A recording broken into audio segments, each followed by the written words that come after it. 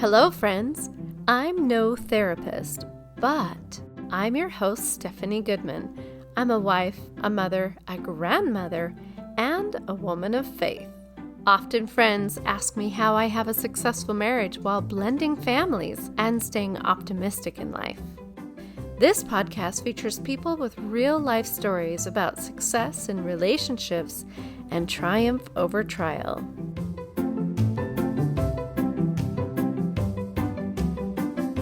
Will it blend?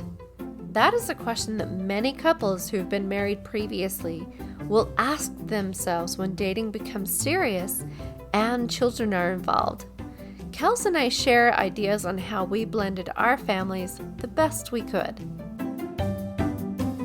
Okay, Steph, so what are we going to talk about today on our Kels and Stephanie? Well, there's been a very famous question around there, and especially when it comes to a man and a woman coming together in matrimony, and we better remember that someone has kids over here and someone has kids over here. Whoops. So will it blend?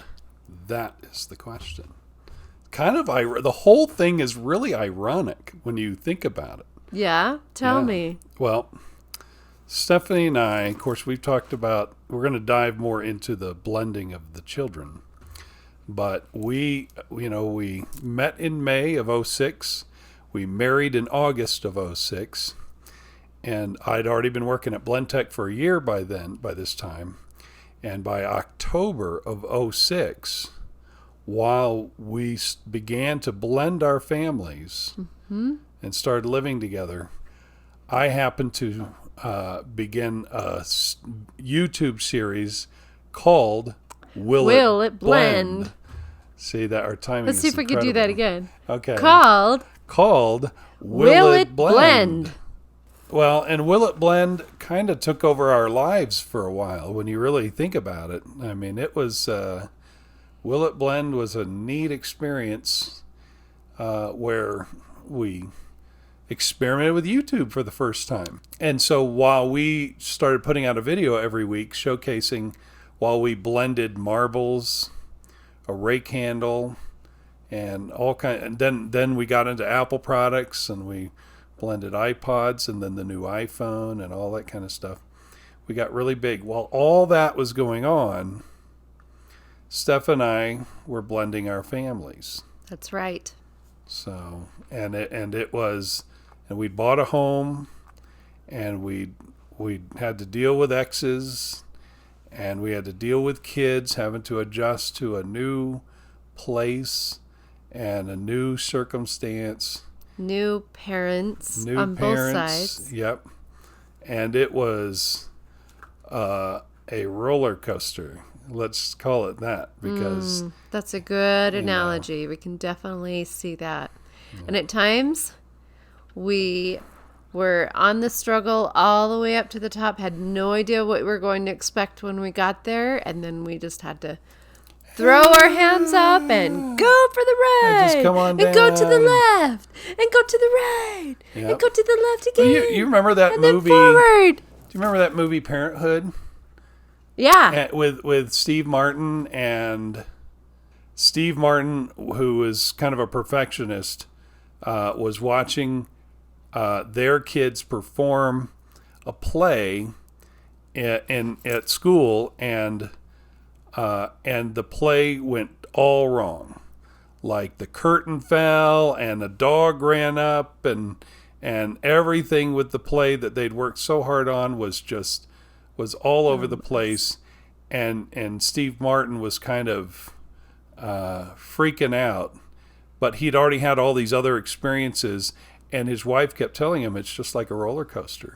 And then all of a sudden you saw Steve Martin, scared to death on the roller coaster that things were going wrong, and Mary, his wife, whatever her character's name was just enjoying it and laughing it and just kind of enjoying the roller coaster ride. And so all of a sudden it looked like they were on a roller coaster while they're sitting in right there in the audience. Wow.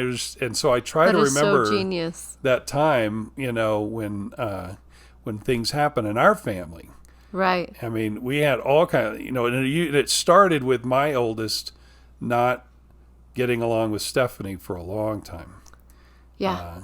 So I mean, talk about some of the experiences you had with Forrest, my oldest son, who's now 30 and actually loves Stephanie. So that's the disclaimer. And but it wasn't pretty. So. It did take a healing space of about 7 years for him to come to a place of accepting me in Kels's life. Maybe he saw that I wasn't going anywhere and saw that that security brought his dad happiness and decided to grow up a little bit and accept me. And I'm really, really appreciative of that. And that's actually some advice that I share with friends who are going through that will it blend concept and they're having troubles with one of their children or being accepted by their new spouse's children. Is it takes time. Yeah, it does. And also Forrest was one that was a victim pretty much of a divorce at an age in which statistically, if you're in that age range during a divorce, oh man, you could become a mess if you're not careful, if you don't have solid ground. And poor Forrest really ate it. At 14, you're trying to figure your life out already, and then to have the rug swept from underneath your feet and try and figure out, okay, am I stumbling here? Did I just fall on my butt? How do I feel? Am I hurt? Am I angry? Is life good to me? Is life horrible? Yeah. That's a lot to deal with. Oh yeah. It's I felt bad and but then again we also came with the knowledge, like we had talked about in one of our previous episodes, that even, like the time we thought we were going to break up because of Forrest and other reasons, we one of the reasonings for why we did stay together, why we were going to stay the course of being married and raising this family, was the fact that these kids, I wasn't marrying my kids. They're out of the house, and what am I? I'm alone. So I'm not there to eternally. While I love my kids and I want the best for my kids. Eternally. Yeah. I also want the best for myself eternally. Correct. And so I felt like a responsibility to be married again because I remember dating some women who you could kind of tell they were never going to get married again because their whole focus was their kids. That was their whole focus. They'd gone through a divorce, they'd struggled, and then they just kind of realized, I'm probably never going to get remarried because all my focus is my kids. Yeah, they kind of wrap themselves around in the security blanket of being fully dedicated to their children. Yeah. And while there's nothing wrong with that, I mean, I don't, everybody's going to be different. Mm-hmm. Once those kids are out of the house, it's all you. And yeah, you could visit the kids, as you get older and visit the grandkids and everything.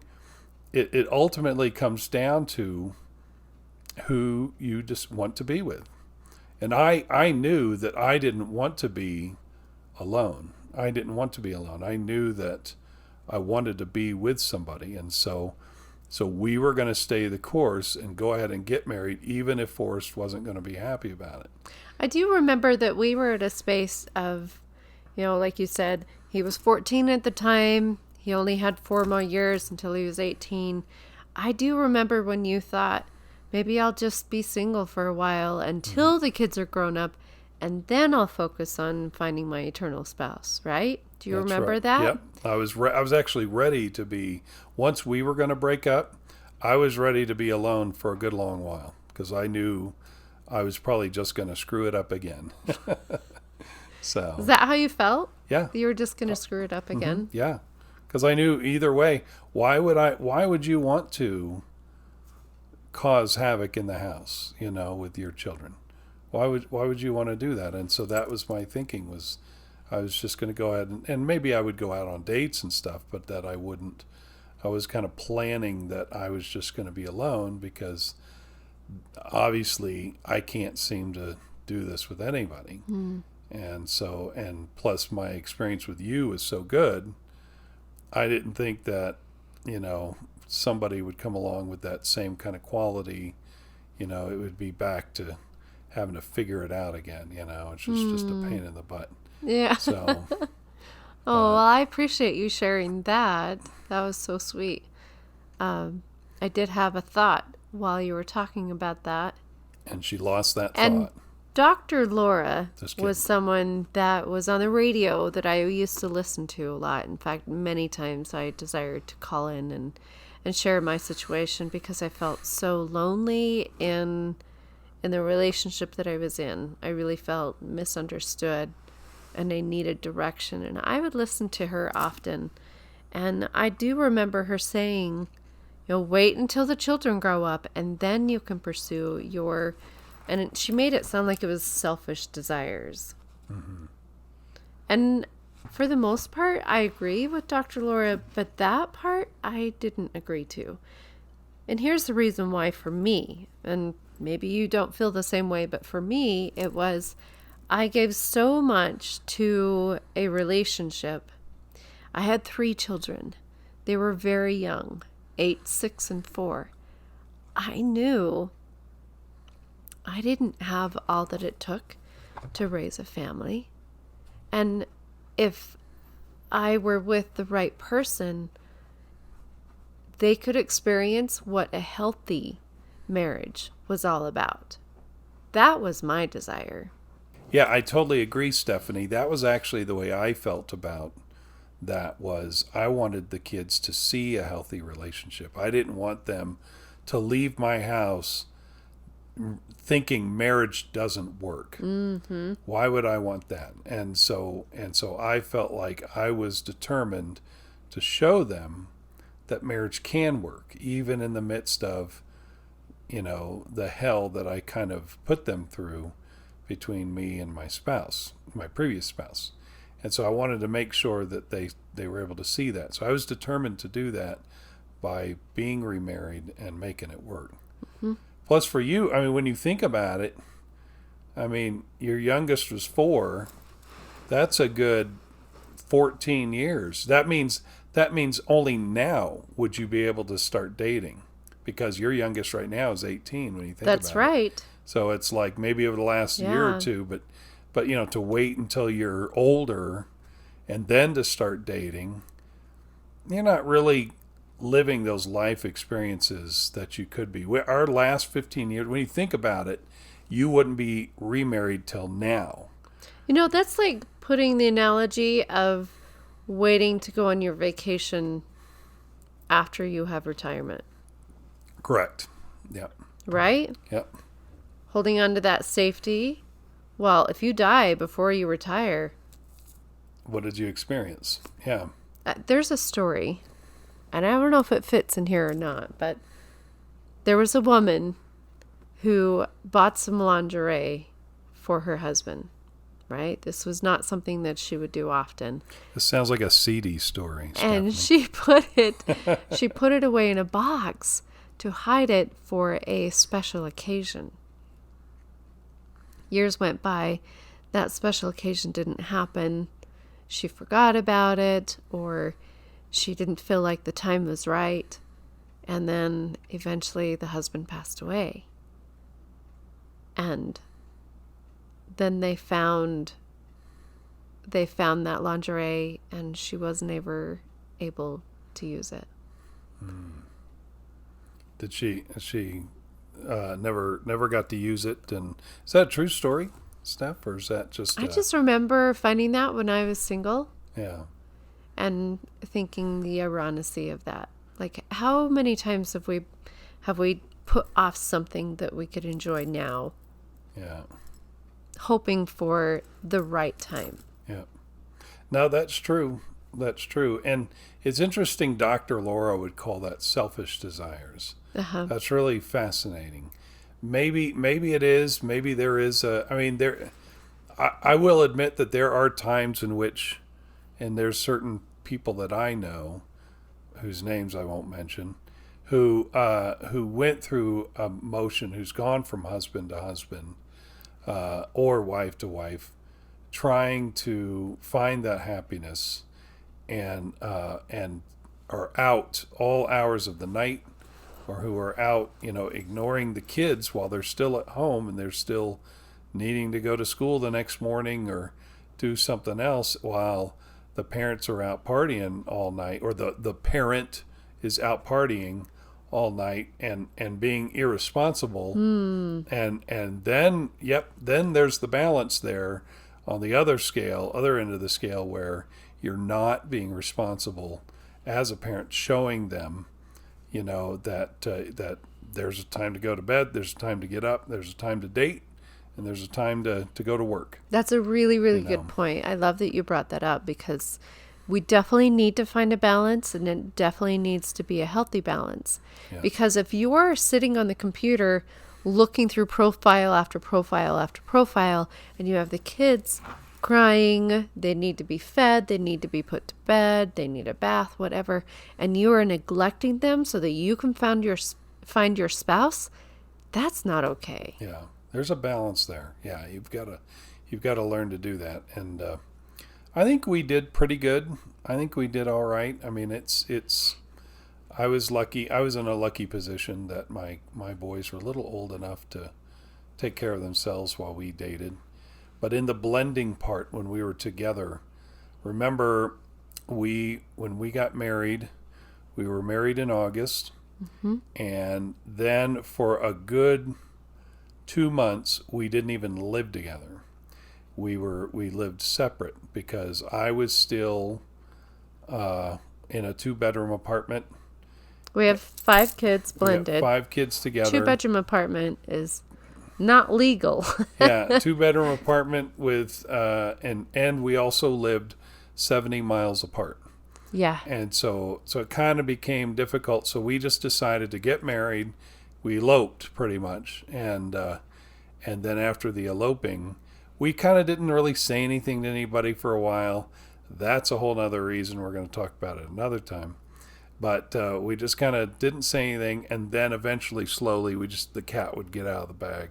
And then we had a reception in October, and then after the reception in October, we went on a honeymoon, and then we got back, and then we moved into a house that we could all fit in, that we rented for 6 months. Yeah. And it was a spooky house. But the kids remind us that. It's kind of an ongoing joke. We don't know how haunted it was, and we don't know why we even rented it. It was probably just the price, maybe. Maybe that's what it was, just the budget. But it was a full house, but it was just there was a basement. And there were bedrooms upstairs, and then there's bedrooms in the basement. And for a short while, we had one boy at home, and that was Park, my second son. And we stuck him in the basement. And now when I look at it, I almost cry, because I'm just like, why did I tried to make his bedroom as fun as an inviting, and he had a bathroom next to him and everything. And I would spend every night with him reading, and he was probably 10, 11. I think might have been 11. He was 12. Yeah, he was 12. That's true. He was 12. Mm-hmm. But I still felt like I needed to kind of spend some time with him every night to not freak him out. Yeah. Then on the weekend, this is when we didn't have your kids with us. There was a few years where Stephanie's ex-husband, maybe you could explain that, but so Park, was with us, but the other kids were not with us for a short while. Right. So. And when Kels is going back to that place of the kids not being with me, I want to make sure to tell the story properly without throwing anyone under the bus. But the long story short is that because I did not have a verbal agreement written, my ex-spouse was able to take me to court, and I unexpectedly lost custody of my kids. Yeah. And it was those first few months wasn't the negative side note, so to speak. It was after that, but he offered to take them for a few months while we got settled. That was his agreement. That and was the agreement. He and his new spouse promised to move closer so that we could put the kids into a school district and that they would be close enough that we could switch off the kids on and off and make it a peaceful divorce. I was all for that. I thought that's a fantastic idea. But at the end of that agreed months, he kind of played a game. He changed. Yeah, he says, his "What mind. agreement? I don't know what you're talking about." And we never got it in writing, and because of that technicality, even though the document said that you had the custody, you had the greater custody, the judge basically said, "So where are the kids staying now?" And we're like, "Well, the kids are living with their dad temporarily." And he's like, "Well, then just keep them there." And then we lost the custody because there was no, there wasn't a threat, so to speak, physically that we knew of. And so it was sort of I guess they could stay there, even though that's not the way it was supposed to be. And so for 3 years, we lost the custody. So this is an example of the blending side. This is the example of the hurricane, the remnants of a hurricane when it comes and goes, is you just have to pick up the pieces afterwards. Oh, yeah. No, our marriage was not happily ever after. We had to work at it, and we had some storms to go through that were refining us. We had to choose, is this experience going to make me a bitter person or a better person? Yeah, so for those first 6 months we lived in this creepy house, we only had park, and we only were allowed the kids on holidays and every other weekend. We received the lower level side of custody with those kids, but we still had their rooms because they were younger. We had their rooms near us. We didn't throw them in the basement, and so we allowed that to happen in this house for 6 months, and then 6 months in, we ended up buying a house, and it's the same house we're still in. We've been in for 14 years, and so during this time, we moved into this house, and then we've had days and weeks and years of just, where do the kids go? What do they do? There have been moments where Stephanie can't stand my kids and I can't stand her kids. But, and Steph's like, "What? I don't know what you're talking about." And then there's days I can't stand my kids. And so, and I'm like, "What are you guys doing? Can't you see this is my happiness?" We love them. Yeah, we don't get us wrong on that. We love them. There's just times that we don't like them. Yeah.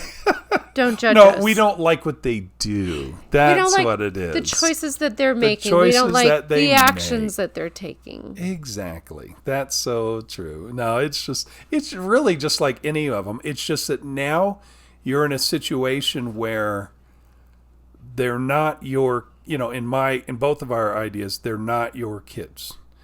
So maybe that we can go to that point right now. Absolutely. I can definitely talk about that. Yeah. I know when I married for the second time, it was my desire and my fantasy that the children would call Kels their dad, and that he would be close to them, and that he would raise them to be good people in the world. Whatever you say, Dad. Be perfect in every honest, way. And do the dishes when we tell them to, and clean their room, and shower every day. Oh, did I go too far? Father dear. Oh, yes, let me have another. Yes, and that I would be the perfect, I would not pull up the stepmom mentality from Cinderella. Oh, yes. Oh, no. I would be the fairy god bonus mother. There you go, bonus mother. Yeah, we'll go with bonus. Yeah, well, that's what we called it. We started to adopt the word bonus mom and not stepmom or stepdad, even though it's, you can't help but say step, but bonus is what we kind of try to make it more as. So. Yeah, it was more of a positive word to bring it together.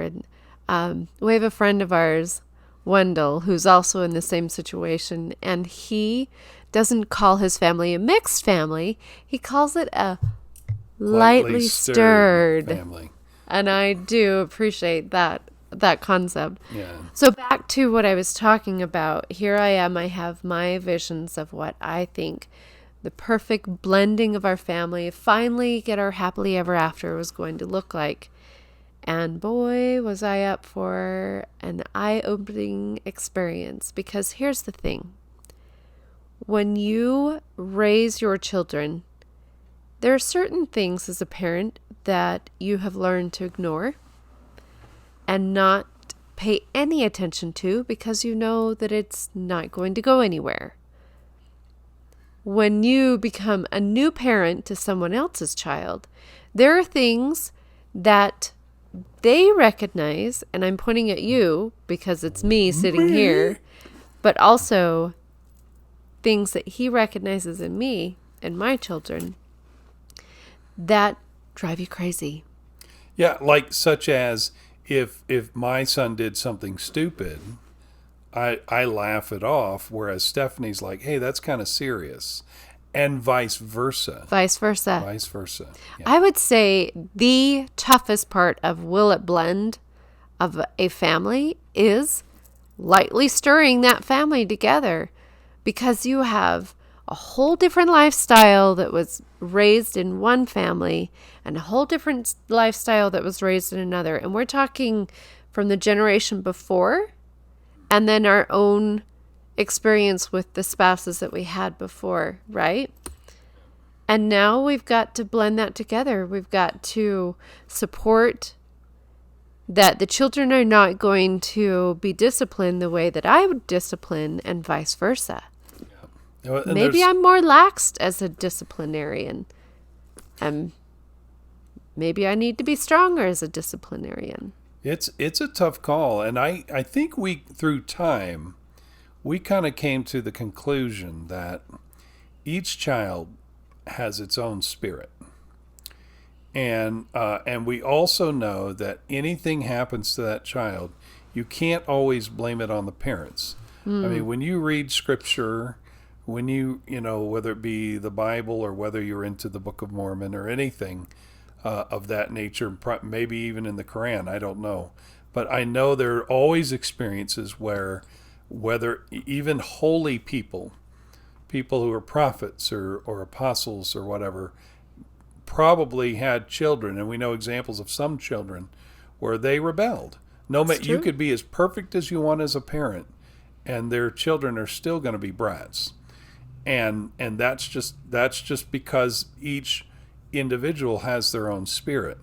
You could easily take a child and when something wrong happens to that kid, or at least what you think is wrong with that kid, you can easily go, well, that's because of her, or that's because of him, meaning the exes or whatever. That's, if they do something wrong, that's because numbnuts over there can't seem to get their crap together and they're teaching them this and that. And you could do that all day long and it doesn't help. It doesn't fix it. It doesn't make it better. And you don't know that totally, because everybody has either been very faithful in ugly experiences or they've been ugly in faithful experiences.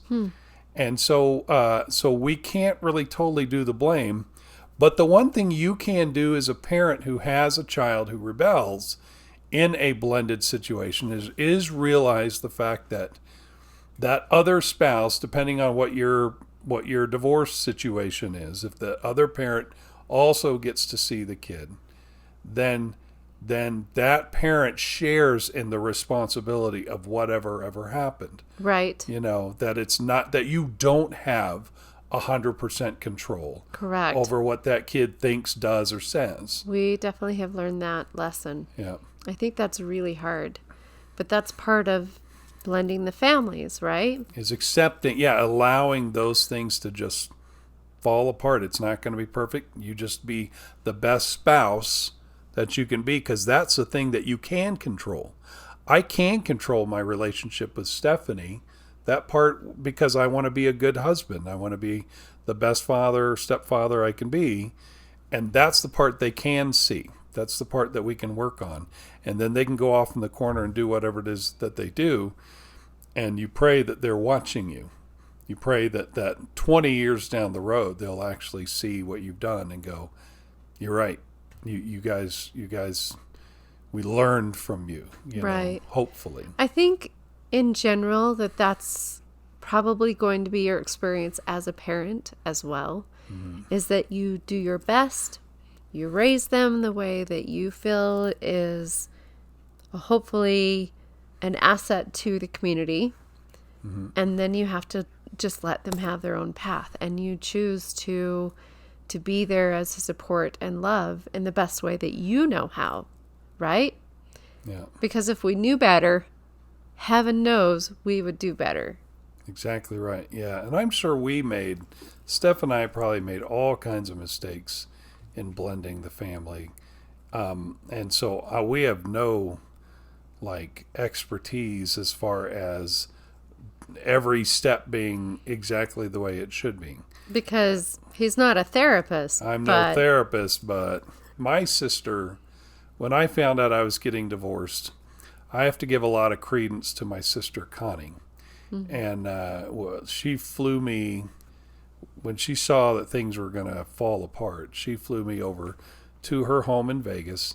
And so I spent a week with her. And she has, in my opinion, mostly successfully blended a family. And they have made it work. And I looked up to her for that notion. I have another brother, Bob, who I love and actually has a perfect family. Nobody did anything wrong, and everybody's fine. And I'm being facetious, but but there's no divorces in their family, and they have a great family. They're a good role model, in my opinion, in our faith. And in the things that they do in his work.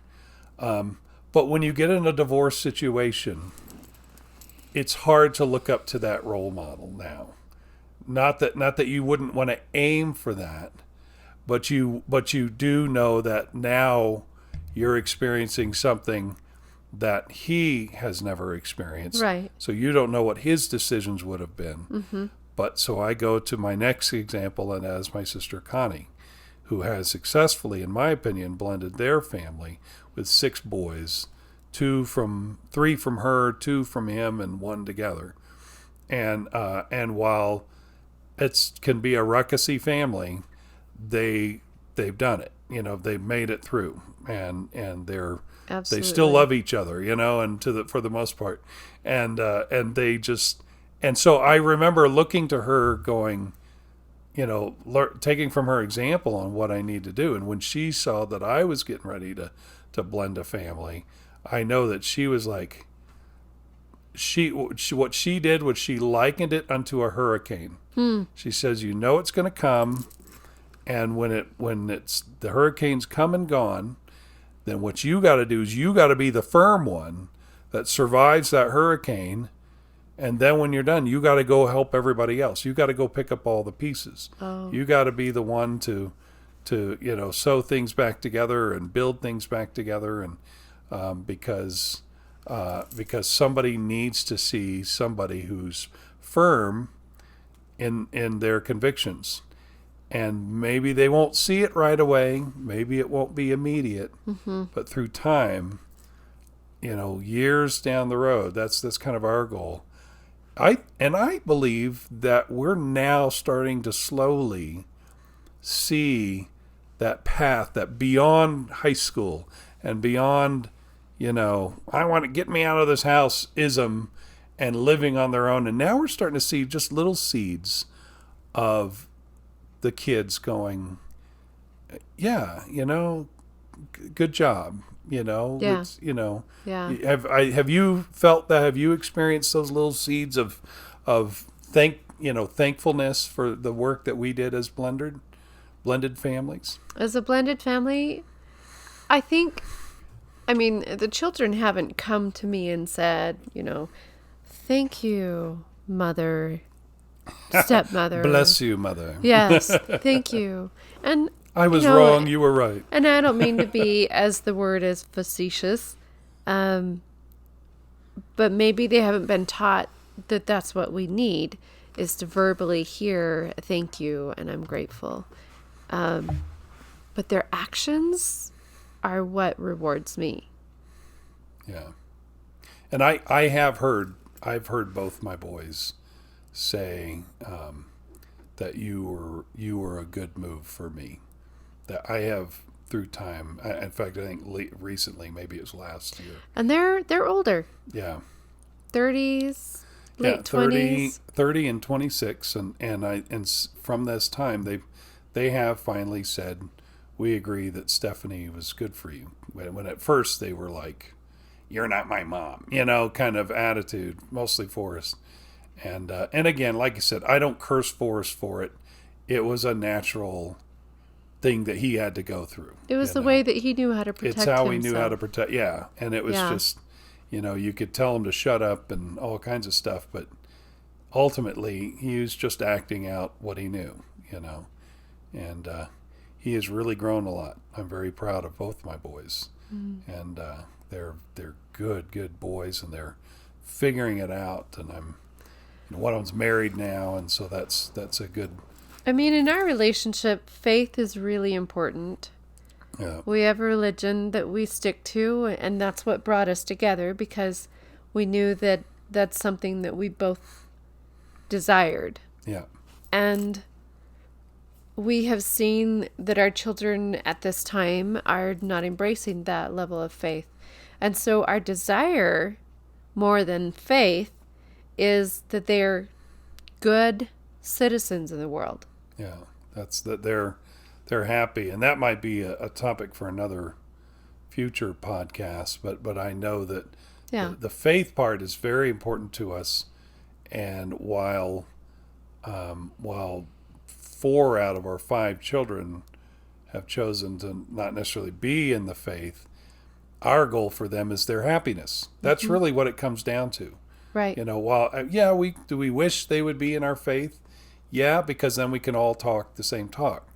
But, and because we've had our own personal experiences, we feel like our faith is what grounds us. Our faith is what gives us a security and answers. And so it's like when you eat a delicious dessert and you enjoy it, you want to share it with the people that you love. You want them to taste it. It's just natural that way. But this, the next level, the ultimate level, in my opinion, is that they're happy. That they're happy, that they're good to other people, that they're honest. These are basic things that aren't religious. These are just basic things. Yeah. To be honest, to be true, to pay your bills, to take care of your spouse. To be decent to people. To be decent to other people. Yeah. And to be a good worker, and and those are things that gain you happiness. Seek to see the good in others. Yeah, exactly. Look to see where you can help and serve others. Don't be selfish, Right. Overcome your selfishness, because we all get selfish. And so it's really just a matter of their happiness is what we're after. And yes. And I think blending the families. Then there's also the ex situation when it comes to blending the family. I can't count how many times during those first number of years that we were always worried about what the ex was going to say. I use that term very generally, but we would worry. Oh, what is the ex going to say? What does he mean by that? What does he mean by that? Or what does she mean? What is she thinking when I send that out? We better make it. There's a lot of fears that were being created by. I better take a note. I better do a screenshot of what they just said to me. Yeah, or telling the kids, boy, there sure was a temptation to want to tell the kids, hey, your dad or your mom did this or did that or whatever, and we worked hard to not go there. To not let let that be a future issue between your kids and that other parent. Yeah. To And not. we also tried really hard to not throw the other spouse under the bus. Correct. Yeah. Because we know that our children are part of that person. Yeah. And part of us. It would be tough. I was fortunate not to have to experience a split. Yeah, me either. In the family, in the marriage. We were very fortunate. But we also know that those kids will grow up and they will ask questions, and we'll let that be the discoverer of truth. Not what we say, but let them find out on their own. If they're ever curious. And if they're curious, and then when they're beyond 18 and they have questions, then we do talk about those things as respectfully as we can. Yeah. It's the things that happen as to why you're divorced. Because when you get divorced, somebody did something wrong. I mean, let's just be... And there's always two sides And there's always two sides to that story. And that's when you just kind of have to...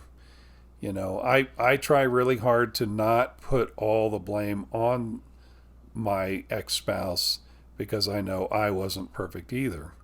But, I know I was pretty innocent. Yeah. I've since learned more about boundaries.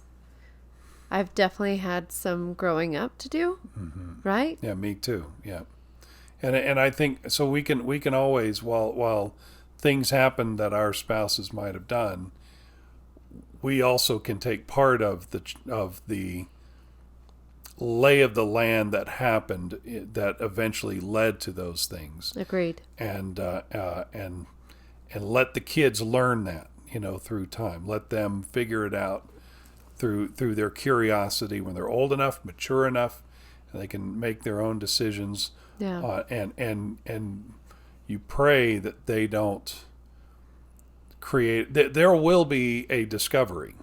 That every child will have to wake up and have a discovery as to what really happened, as to why there was a breakup. But if you try to pre-discover it before they're at an age of maturity, pre-uncover it. I guess pre-uncover it. Yeah, prematurely uncover. A truth or expose. Yeah. There we go. Me and English are just like that. We're just buddies. But see how we help each other out? I know, and Steph makes me look good. So no. Anyway, now if you're in a position where you're like, oh, I'm going to tell my kids why so and so did this to me, or you're not. They're still too young to really understand. Why the father's a loser, or why their mother's a loser, or right. And it's just they're too young to understand that kind of stuff, and you're still hurt by whatever happened. Oh yeah. And so there's you're no speaking sense from hurt. Yeah, which hurts people, right? Because hurt people. Hurt people. That's right. Hurt people. And so you just want to just focus on raising them, and wait until they're old enough to be mature enough to know what really happened, and let them make their own decision. As we've gotten older and I see my children being at that age where they can ask us questions, I kind of see that, that revenge mentality that we had when we were first married for the ex-spouses, it kind of dissipates. It's not needed. Revenge is not sweet. Yeah. Because you don't. The thing is, and that's probably a whole nother topic. But in a nutshell, when you get divorced, you lose a lot. That is just a fact. It's hard. It hurts. It hurts. It's hard. It sucks, and you're gonna lose a lot, and that's why you've got to learn to let go when it comes to going through a divorce. Now, I know that's not easy, and I've heard people kind of go, "What do you mean, let go?" And I mean, I will testify to you that you've got to learn to take that ex-spouse and just be as friendly as you can and move on, even if you lose all kinds of stuff, even if you lose custody time, even if you lose money or property or whatever. Right. You are not doing you and your kids a service To hold on to that bitterness. hold on to that bitterness every day and make it a part. I mean, how many people do you know that are Holding like, up your dukes. yeah, Constantly. and when your ex becomes the only topic, you don't want to hate your ex more than loving what's new. Yeah. You don't want to do that, because then that becomes your whole life, Right. and you're Because no fun. what you focus on grows. Yeah. And if you're focusing on how this person did you in, or wasn't the kind of person that you thought that you had in your life, or that this person is hurting you, then that's going to be your focus. And the things that are beautiful around you, the things that are a blessing to you, the people that love you, they're not going to get that kind of attention. They're not going to be able to have those blessings. Yeah. And let's wrap this up by telling this story about when you got custody back with your children 3 years later. And that might help kind of put this in perspective. I'll tell a little bit and then you can finish it off. Okay. But really, to set the stage, we'd lost custody for about 3 years. And so we were trying to get our family to work. And then usually what happens in a divorce is when there's a change in a person's life, in an ex-spouse's life, then that change allows you to jump in and say, we need to revisit the decree. We get to, if somebody gets divorced, if somebody, gets divorced a second time, I should say, if they have to move, if, something drastic happens in their life, then that means the two spouses could get together and say, let's revisit this decree, right, and see what's best for the children. Right. And so this was happening with Stephanie's situation, where we had lost custody of her kids, even though the paper document said that they were supposed to be with her. We had lost it through the technicality that we talked about earlier. And we worked so hard to hold back our hate and discussions publicly to make sure that it was just positive, because we hoped for a better outcome. That, and so anyway, so that's so then we got closer to the time in which we could step through, and then we received a blessing. And so, and in our faith, a blessing is usually given by somebody with authority who can help out. And so maybe kind of go into that a little bit. Well, as Kels started to talk about, in our church, we have a blessing.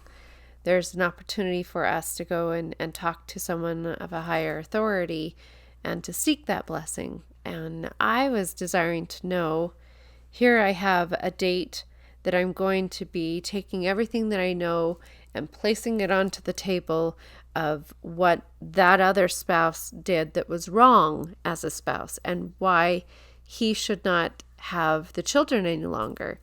But also, because I'm a faith-fearing, God-fearing woman, I desired, as a daughter of God, to do the right thing, to hold a space of peace and love and forgiveness. That is probably one of the hardest lessons that I ever had to learn, and that was to pray for my enemy. Yeah, we had a mediation date set to lay everything, and we built this case. Yeah. That we were going to lay everything on the table. We had some good dukes. We were ready to fight hard because we already were kind. Yep. And we felt like that bit us in the butt. And we had a new lawyer, and we were going to, we felt like we had built a case as to why the kids need to then come back with us, because we were stable. By this time, we were stable. Right. We'd lived in the same place for 4 years, and we were fine. And then we went to get a blessing from a leader of our faith, good man, who happened to be a lawyer himself. So he could give us a spiritual direction for taking care of the peace, and he could also give us the actual concept of how to fight for the children. Yeah. And so gave us a blessing, and his main message through the blessing was to pray for him rather than fight with him, to let the Lord bless him. Because he is also a son of God. He is also a son of God. And we have to remember that, because if we're all going to try to be in the same heaven together, we can't be fighting with each other. I was given instructions to pray for my ex-spouse before this mediation date came up, to really focus on loving him and forgiving him. Yeah. And I think his confusion. That's right. And I think it was also one of those things to where I also finally learned to just accept whatever was going to happen. Whatever was going to happen, it was beyond our control.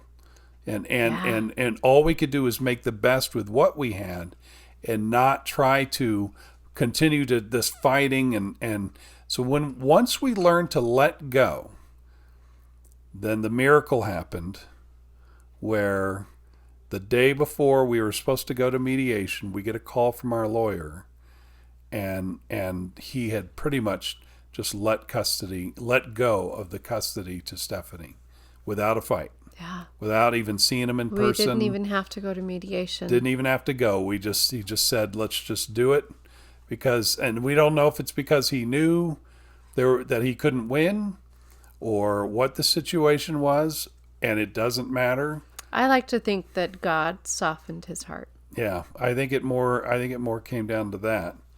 And but there's that spiritual side of being able to deal with it, and then there's the physical side. And I think once you bring that spiritual side into it first, then that physical side can fall into place. But it's also based on your expectations. You've got to allow it to be that your expectation is whatever the Lord wants is what it is. Right. And you're okay with what it is. Stick it into faith and not fear, yeah, right? That's right. So, yeah. Anyway, so there's our topic on blending families, and will it blend? Obviously, will your families blend? That's the question. Wonder where we got that from, right? And so, and I think we've done a pretty good job of blending it. Yeah, we've done the so best. So the answer is yes, it will blend. Yeah, it may be a little chunky, at the end, but just that's terrible. But you can't. I mean, that's just how it is. I mean, you can't expect perfection. That's why it's okay if you get a chunk. It's all right. I love that you brought that up. Thank you. So it's the least I can do for you. Is your family chunky like our family's chunky? It's never smooth. Is, we do the best that we can. That's right. In the best way that we know how. Yeah. And I couldn't blend with a better spouse than Stephanie. She's awesome. So.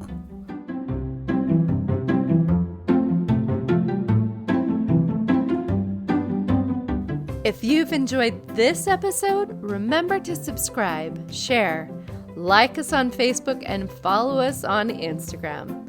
Please comment, because I would love to hear about what you think and what you want to see in the future. I'm no therapist, but I am your host, Stephanie Goodman.